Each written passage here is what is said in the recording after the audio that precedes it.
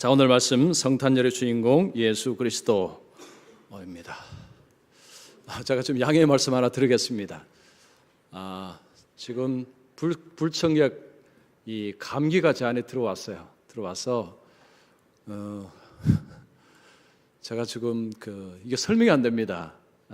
지금 제가 조금 정상이 아닌 것 같아요. 그러니까 오늘은 조금 제가 설교 좀 짧게 하도록 하겠습니다. 하고 할 때 조금 평소와 모습 다르더라도 여러분께서 이해해 주시면 좋겠습니다.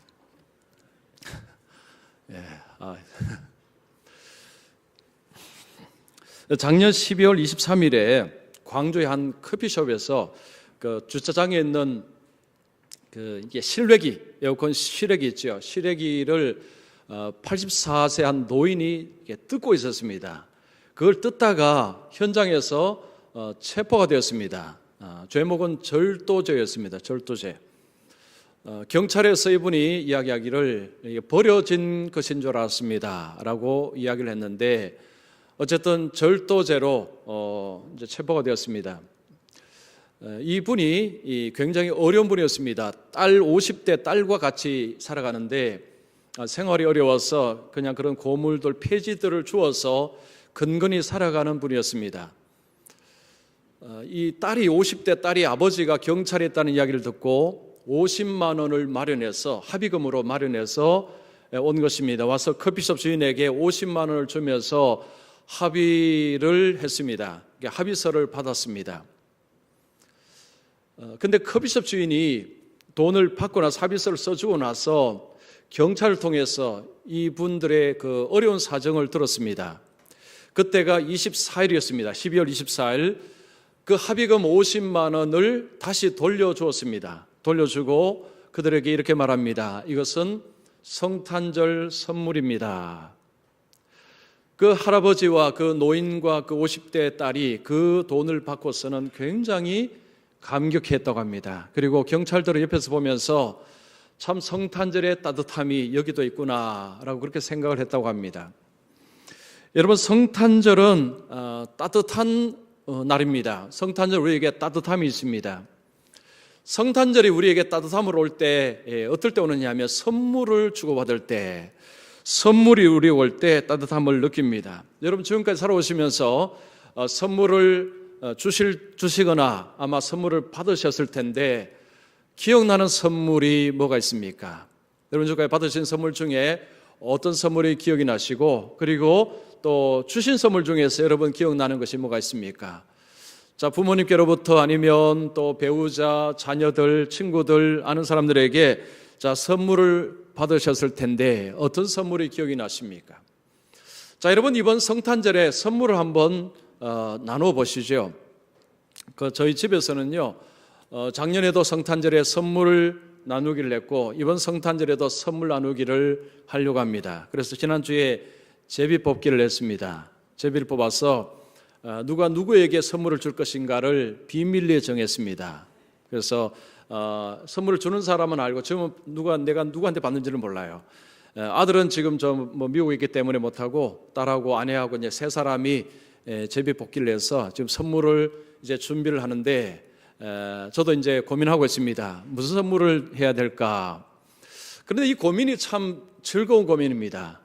선물을 기대하는 것도 좋지만요, 무슨 선물을 내가 줄까라는 이 기대하면서 선물을 준비하는 게 이게 참 마음의 기쁨이 있습니다. 여러분께서도 이 가정 안에서 선물을 준비 안 하신다면 이번에 한번 해보십시오. 뭐 세 분이든 네 분이든 그렇게 한번 해보시면 성탄절에 좀 따뜻함을 아마 좀 더 느끼실 수 있을 것입니다. 자, 우리가 성탄절에 이렇게 선물을 주고받는 이유, 근거가 뭘까요? 예수님 때문입니다. 예수님이 이 땅에 오셨을 때 예수님은 자신을 선물로 주셨습니다. 자, 예수님은 하나님이신데, 하나님의 강림인데 예수님은 자신을 내어주시기 위해서 이 땅에 오셨습니다. 자, 예수님 덕분에 우리에게 구원이 임했습니다. 그래서 우리가 하나님의 은혜를 받은 자로서 다른 사람에게 선물을 주는 것, 은혜를 베푸는 것은 어떻게 보면 당연한 것이죠. 예수님의 본을 쫓아서 하는 좋은 모습이라 할 수 있습니다.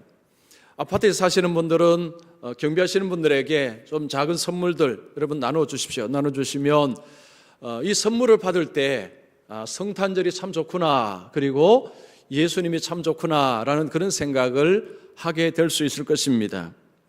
자, 이 성탄절에 우리가 선물을 나누고 받으면서 주님의 오심을 기억하고 하는 이 좋은 날에 여러분, 사람들은 다 똑같이 생각하고 있지 않습니다. 성탄절을 제각각 자기 방식으로 생각을 합니다. 이 성탄절에 대한 이 방식은요, 곧 예수님을 대하는 방식하고 사실은 흡사합니다. 여러분, 성탄절에 어떤 사람은 먹고 즐기는 날로 생각합니다. 어떤 사람은 그냥 쉬는 날로 생각합니다. 어떤 사람은 그냥 가족끼리 모이는 날로 생각합니다. 그런데 자, 성탄절이 어떤 날인가는 사람마다 다 제각각인데, 자, 우리는 성탄절은 주님께 예배하는 날, 주님을 섬기는 날, 주님을 경배하는 날, 이렇게 생각합니다. 자, 세상은 예수님을 대할 때 전부 제각각으로 예수님을 대합니다. 자, 오늘 말씀에 보면 예수님이 이 땅에 오셨을 때 사람들의 예수님이 대하는 모습이 다름을 알 수가 있습니다. 자, 세 부류의 모습을 볼 수가 있습니다. 자, 먼저 첫 번째는 어떤 사람들은 예수님을 경배합니다. 한 부류의 사람은 예수님을 경배하는 사람이 있습니다. 자, 저와 여러분처럼 주님의 오심을 기뻐하고 경배하는 사람이 있습니다. 자, 오늘 본문에 예수님의 탄생하심을 기뻐하고 경배하는 사람들이 누구입니까? 이방인들입니다. 유대인들이 아닙니다. 하나님은 메시아가 이 땅에 왔을 때에 이방인들이 먼저 알도록 하셨습니다. 유대 땅에 오셨지만 이방인들이 먼저 알고 예수님을 맞으러 왔습니다.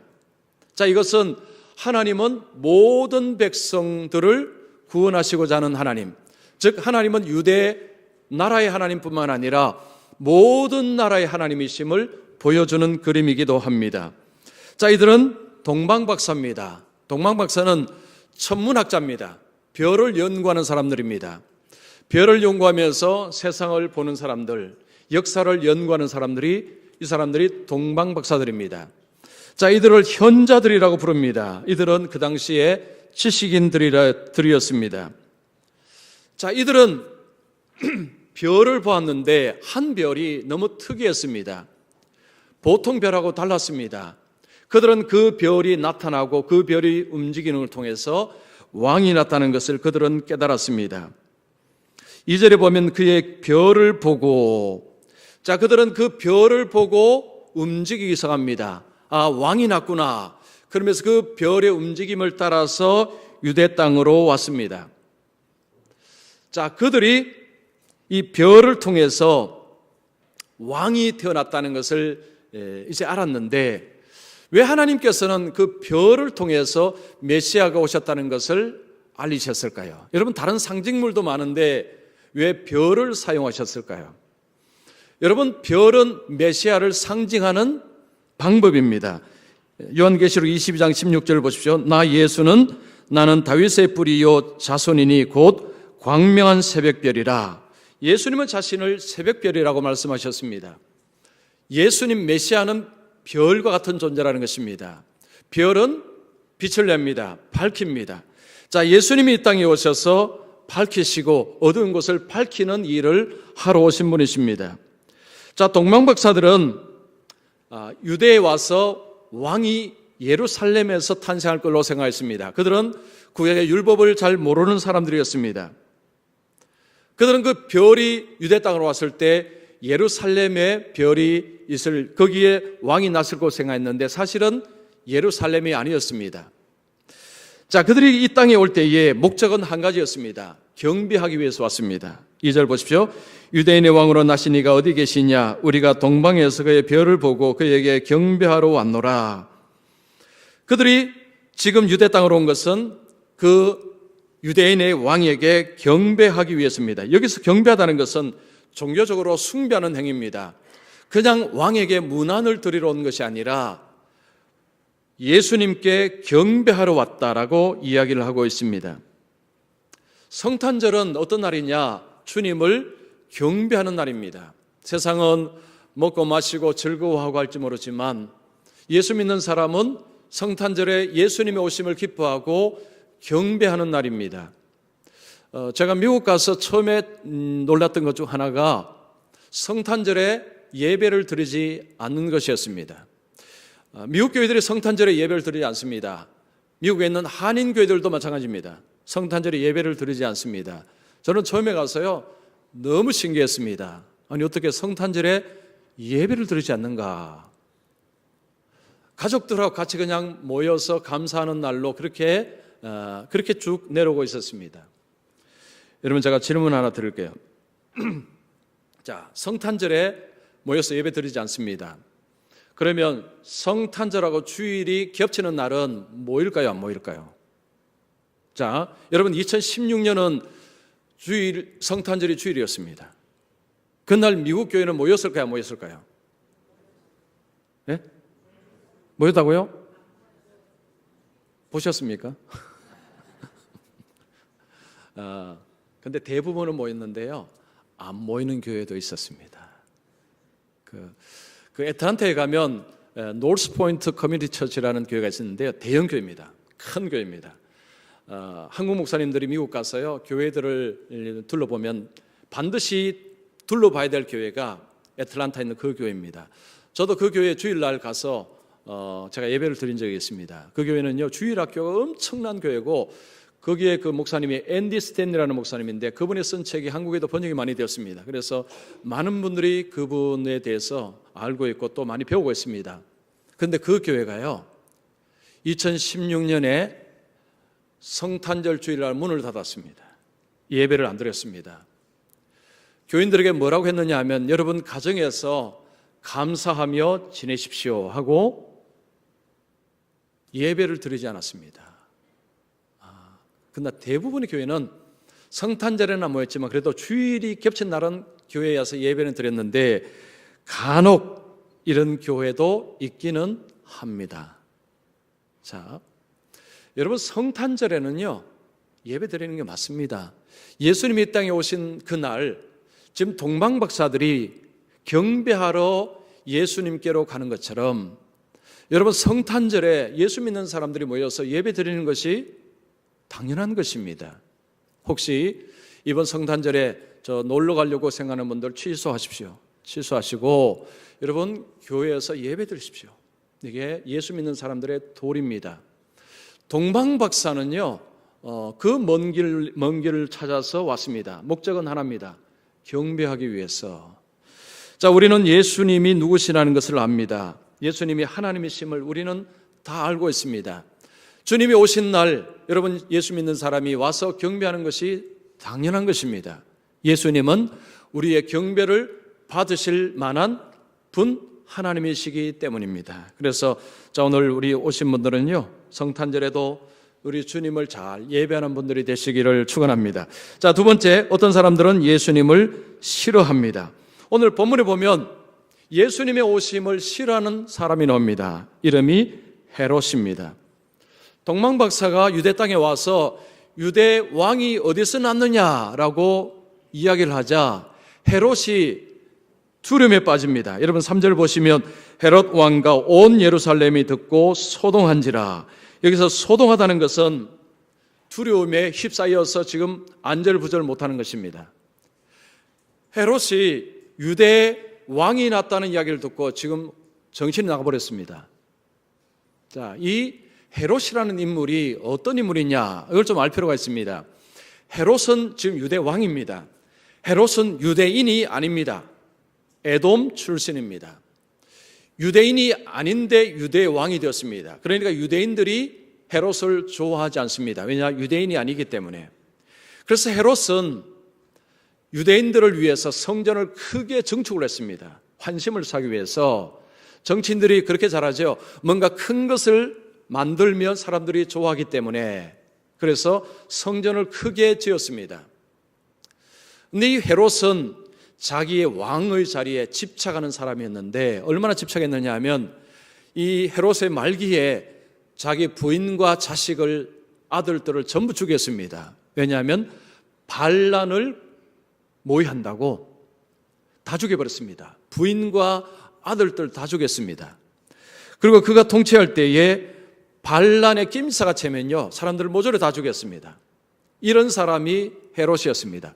자, 이 헤롯이 어느 날 유대의 왕이 났다는 이야기를 동방박사들로부터 듣고 나니까 그 마음속에 두려움이 생긴 것이 당연한 것이죠. 자, 그 마음속에 두려움이 생기며 헤롯은 그 유대의 왕을 제거할 생각을 합니다. 자, 그는 유대 지도자들을 모집합니다. 제사장 서기관들을 모아서는 그들에게 묻습니다. 자, 유대의 왕이 어디서 나는가를 묻습니다. 5절에 보면 유대 베들레헴이 오니 이는 선지자로 기록된 바. 자, 유대 종교 지도자들이 답을 줍니다. 베들레헴에서 난다고 성경에 기록이 되어 있습니다 라고 대답을 해줍니다. 여러분, 미가서 5장 2절 보시면 베들레헴 에브라다야 너는 유다 족속 중에 작을지라도 이스라엘을 다스릴 자가 내게서 내게로 나올 것이라. 미가서에 보면 메시아가 베들레헴에 탄생한다는 예언이 있습니다. 그리고 사무엘하 5장 2절에 보면 여호와께서도 왕에게 말씀하시기를 내가 내 백성 이스라엘의 목자가 되며 내가 이스라엘의 주권자가 되리라. 이 말씀은 메시아가 다윗 후손에게서 태어난다는 그 말씀입니다. 유대 종교 지도자들은 이 두 말씀을 가지고 베들레헴에서 다윗의 후손으로 날 것임을 이야기를 해 주었습니다. 자, 그리고 헤롯은 동방박사들에게 그 별이 언제 나타났는지도 물었습니다. 묻는 이유는 2장에 나옵니다. 2살 밑으로 사내들은 다 죽이라 라는 그 명령을 하는데 그 때를 물은 것은 바로 유대인의 왕을 죽이기 위해서였습니다. 지금 헤롯은요, 동방박사들의 방문을 받고서는 엄청난 두려움에 휩싸이고 그 반역의 씨앗을 제거하기 위해서 음모를 꾸밉니다. 그런데 그것을 숨깁니다. 동방박사들에게 뭐라고 이야기합니까? 너희들이 가서 본 것을 내게 알려달라고 합니다. 나도 가서 경배하겠다고 말합니다. 그것은 거짓말이었습니다. 그는 유대 왕을 죽이기를 원했습니다. 그래서 알려달라고 했습니다. 하나님께서 동방박사들이 다른 길로 고국으로 가도록 그렇게 하셨습니다. 자, 이 헤롯은 누구를 상징할까요? 자신의 삶 속에 하나님 때문에 손해봤다고 생각하는 사람들, 그래서 하나님을 지독히 싫어하는 사람을 상징하는 인물이 헤롯입니다. 여러분, 세상에는 이런 사람들이 꽤 많습니다. 하나님을 싫어합니다. 예수님을 싫어합니다. 왜냐하면 손해본다고 생각합니다. 예수님 때문에, 하나님 때문에 내 인생이 피곤하다고 생각하는 사람들이 있습니다. 그런 사람들은 예수님을 싫어합니다. 세상에 이런 사람들이 참 많습니다. 예수님 때문에 힘들다는 거죠. 예수님 때문에 손해본다는 것입니다. 여러분, 사람은 자기가 가지고 있는 것에 조금만 침해를 당해도 견디지를 못합니다.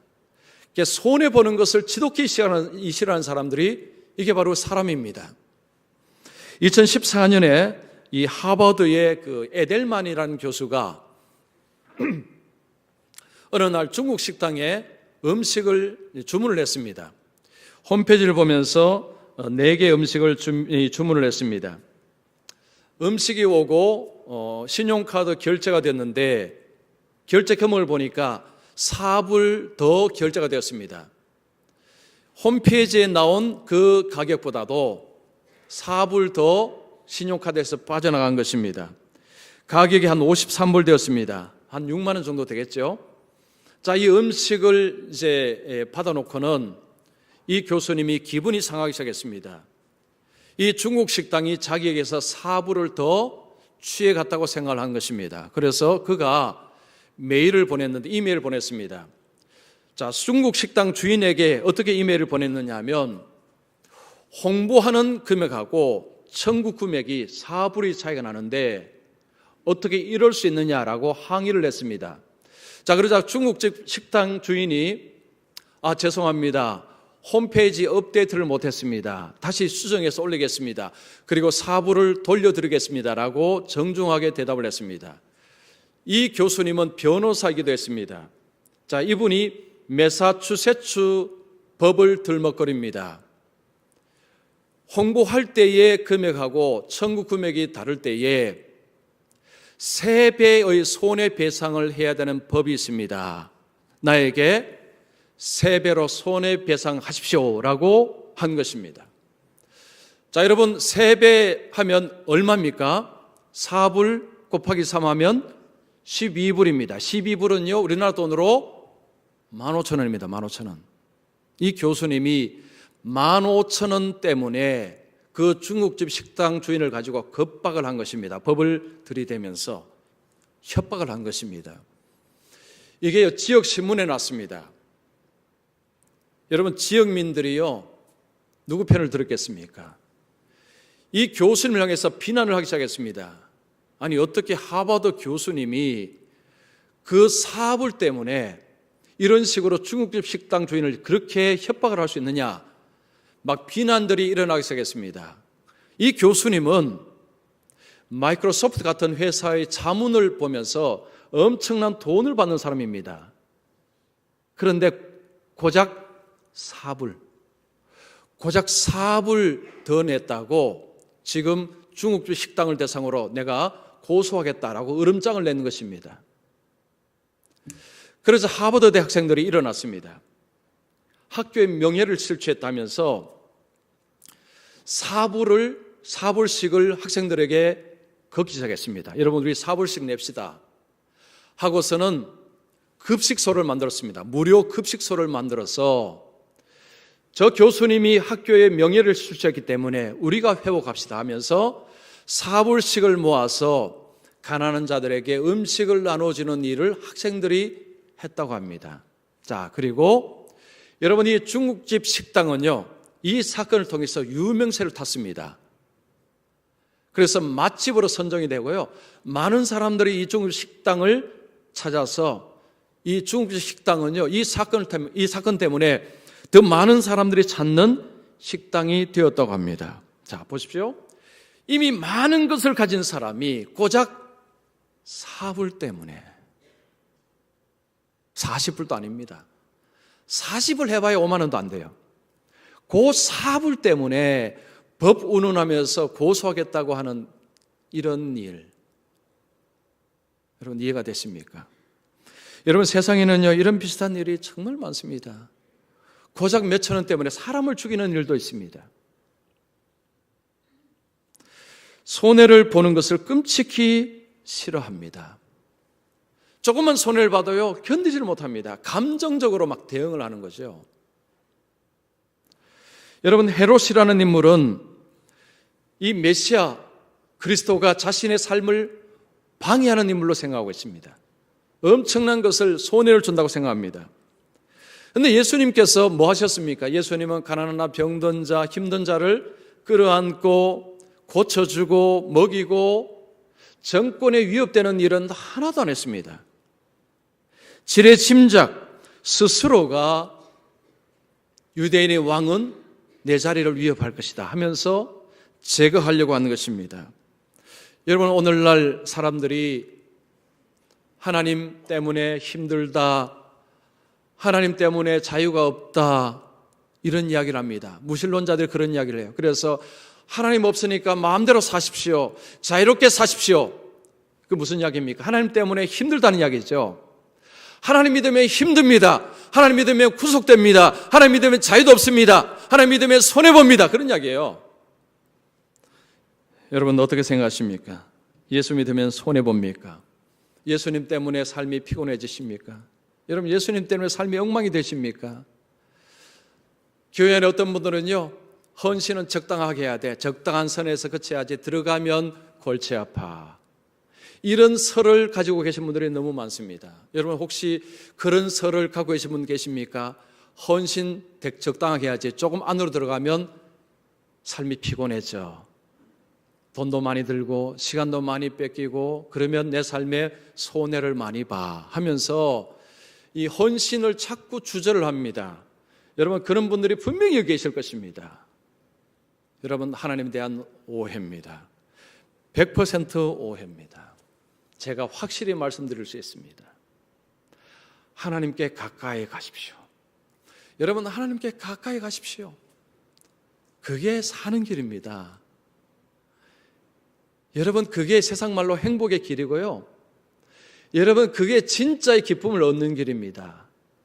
적당한 선에서는 경험하지 못합니다. 대충은요 경험하지 못합니다. 들어가셔야 돼요. 주님께로 가까이 가셔야 됩니다. 거기에 진짜가 있습니다. 여러분, 헤롯만이 주님을 싫어하는 자가 아니고요, 세상에는 그런 사람들이 많습니다. 여러분, 그런 사람 말에 귀를 기울이지 마십시오. 우리 주님은 좋으신 분이십니다. 가까이 가면요 우리에게 더 좋은 것들을 맛보게 하시고 더 많은 것들을 경험케 하시는 분이 우리 주님이십니다. 자, 세 번째, 어떤 사람들은 예수님께 무관심합니다. 자, 오늘 본문에 보면 이 예수님이 오시는데 아무 생각이 없는 분들이 있습니다. 누구일까요? 종교 지도자들입니다. 지금 이들은 메시아가 어디서 탄생하는 줄도 압니다. 베들레헴이라고 이야기도 합니다. 그러나 그들은 아무 반응이 없습니다. 만약에 그들이 관심이 있었으면요, 우리도 같이 갑시다 라고 해야 되지 않습니까? 그런데 그들은 전혀 그렇지를 않습니다. 지식적으로는 압니다. 그러나 그들의 마음은 전혀 움직이지를 않습니다. 즉 관심이 없습니다. 왜 그럴까요? 그들의 메시아관은 이미 정해져 있습니다. 즉 선입견을 가지고 있습니다. 그들의 메시아관은 이미 나름대로 틀이 있습니다. 그 틀이 아니기 때문입니다. 여러분, 예수를 믿는데요 제일 위험한 것이 뭔지 아십니까? 선입견입니다. 선입견, 고정관념입니다. 이미 자기가 가지고 있는 그 선입견 때문에 예수를 못 믿는 분들이 허다합니다. 그거 깨셔야 됩니다. 그거 깨셔야 돼요. 그거 붙들고 오시면 예수 믿기 어렵습니다. 몇 년 전에 미국 워싱턴 포스트라는 그 신문이요, 실험을 하나 했습니다. 조슈아 벨이라는 이 바이올리니스트가 있습니다. 유명한 바이올리니스트입니다. 이 사람을 어느 날 아침에 워싱턴의 한 지하철역에다가 거기서 남루한 옷을 입고 300만 불짜리 바이올린을 연주하도록 했습니다. 사람들은 조슈아 벨을 다 알고 있습니다. 그런데 누구도 알아보지를 못했습니다. 남루한 옷을 입고 누군가 연주를 하는데 그냥 동전 한 입 얻기 위해서 연주하는가 보다라고 전부 다 그 생각한 것입니다. 한 명도 알아보지 못했다고 합니다. 처음에 조슈아 벨은요, 이거 사람들이 몰려들어서 사인을 요청하면 어떡하나 고민했다고 합니다. 그런데 한 명도 알아보지 못했다고 합니다. 사람들의 고정관념이 뭡니까? 이 출퇴근 시간에, 이 바쁜 시간에 남루한 옷을 본 사람은 별 볼 일 없는 사람. 이미 선입견이 있습니다. 그 선입견으로 봐도 안 보입니다. 알아먹지를 못합니다. 여러분, 예수 믿을 때요, 이 고정관념이 굉장히 위험합니다. 여러분, 성경은 하나님의 말씀이라고 부릅니다. 그런데 고정관념은 뭡니까? 이거 사람이 지었는데 이게 어떻게 하나님의 말씀이냐? 그렇게 생각합니다. 많은 사람들이요, 이 성경은 하나님의 말씀입니다라고 하면 에이, 무슨 그런 말도 안 되는 이야기. 아니, 사람이 썼는데 어떻게 하나님의 말씀이 됩니까? 그런 이야기입니다. 예수님은 하나님이십니다 라고 이야기하면 어떻게 하나님이 사람이 될 수 있습니까? 못 믿습니다. 고정관념입니다. 예수 믿는데요, 고정관념들이 얼마나 위험한지 모릅니다. 그거 붙들고 살고 있으면요, 죽을 때까지 못 믿습니다. 그거 내려놓아야 됩니다. 내려놓아야 돼요. 그냥 묵지막지하게 내려놓으라는 것이 아니라 한번 조사를 해보라는 것입니다. 여러분, 성경이 하나님 말씀인 것을 알 수 있는 비결은 한 가지입니다. 말씀을 따라 살면 됩니다. 순종해보면 알 수 있습니다. 여러분, 요한계시록 22장 7절 보십시오. 보라, 내가 속히 오리니 이 두루마리 예언의 말씀을 지키는 자는 복이 있으리라. 예수님 말씀합니다. 이 말씀, 성경의 말씀을 지키는 자는 복이 있다고 했습니다. 여러분, 말씀을 지키는 자는 압니다. 이거 하나님의 말씀이구나. 이거 진짜 하나님의 말씀이구나. 여러분, 지키지 않는 사람은요, 평생 모릅니다. 그러나 지키는 자는 압니다. 이거 하나님의 말씀이구나. 정말 그렇네. 성경을 공부하고 성경을 배우고 성경을 읽습니다. 그러나 하나님의 말씀임을 거부하는 사람은요, 평생 읽어도 대충 읽고 들어도 대충 듣습니다. 그래서 말씀을 통해서 하나님을 못 만납니다. 그러다가 진짜 하나님을 만나게 됩니다. 그때는 마지막 날이죠. 모든 것이 갈라지는 날. 늦었습니다. 하나님의 말씀이 진짜 말씀인 것은요, 살아봐야 돼요. 살아봐야 됩니다. 자, 그러면 하나님 말씀이 진짜 하나님 말씀이구나 라는 걸 알 수 있습니다. 선입견을 자꾸 깨셔야 돼요. 예수 믿으면서도 선입견 그대로 가지고 있는 것들이 있습니다. 자꾸 깨야 됩니다. 여러분, 계속 깨어야 하나님을 더 제대로 알 수 있고 하나님을 제대로 알아야 제대로 믿습니다. 아니면요, 전부 자기 고정관념으로 신앙생활합니다. 자기 상식으로 신앙생활합니다. 자기 아는 지식으로 신앙생활합니다. 그러니까 제가 자주 쓰는 표현이 겁니다. 수박 겉만 실컷 핥아서는요, 수박 맛을 알 수가 없습니다. 수박 안으로 들어가야 돼요. 칼로 들어가서 그 안에 것을 끄집어내서 먹어야 됩니다. 똑같습니다. 여러분, 신앙은 이 고정관념, 선입관을 자꾸 깨고 들어가야 돼요. 들어가서 그 하나님이 어떤 분이신가를 자꾸 맛보고 말씀을 따라 살 때, 예수 믿는 것이 이렇게 좋은 거구나. 이제야 알겠구나. 그때부터 시작입니다. 그때부터 시작입니다. 여러분, 그 맛을 봐야 흔들리지 않습니다. 여러분, 그 맛을 못 보면요, 세상에 이런 소리 하면 또 흔들리다가, 저 소리 하면 흔들리다가, 이 소리 하면 흔들리다가, 맨날 흔들리다가 정신없어요. 그렇게 신앙생활을 하면 재미 하나도 없습니다. 제대로 맛을 보시면, 여러분, 맛을 보시면요, 정말 좋습니다. 정말 좋습니다. 제가 지금 힘이 없었어요. 더 이상 소리를 낼 수가 없어서 참 그런데요, 진짜 좋습니다. 진짜 좋아요. 자, 이들은 무관심했지만 그 분은 하나님의 아들 예수님이었습니다. 자, 성탄절이 다가옵니다. 세상 성탄절 분위기를 못 느끼지만요, 우리에게는 한 가지 분명한 것은 그 성탄절에 오신 주님이 하나님의 아들이시다. 그분이 메시아이시다. 그분이 나를 건지시는 구원자이시다라는 것 한 가지. 그래서 내가 그분을 경배하는 것이 내가 마땅하다라는 것. 그래서 오늘 오신 분들은요, 정말 주님을 경배하는 분들, 주님을 참으로 예배하는 분들, 그래서 우리 주님을 늘 예배하고 주님을 섬기시는 분들 되시기를 축원합니다. 기도하겠습니다.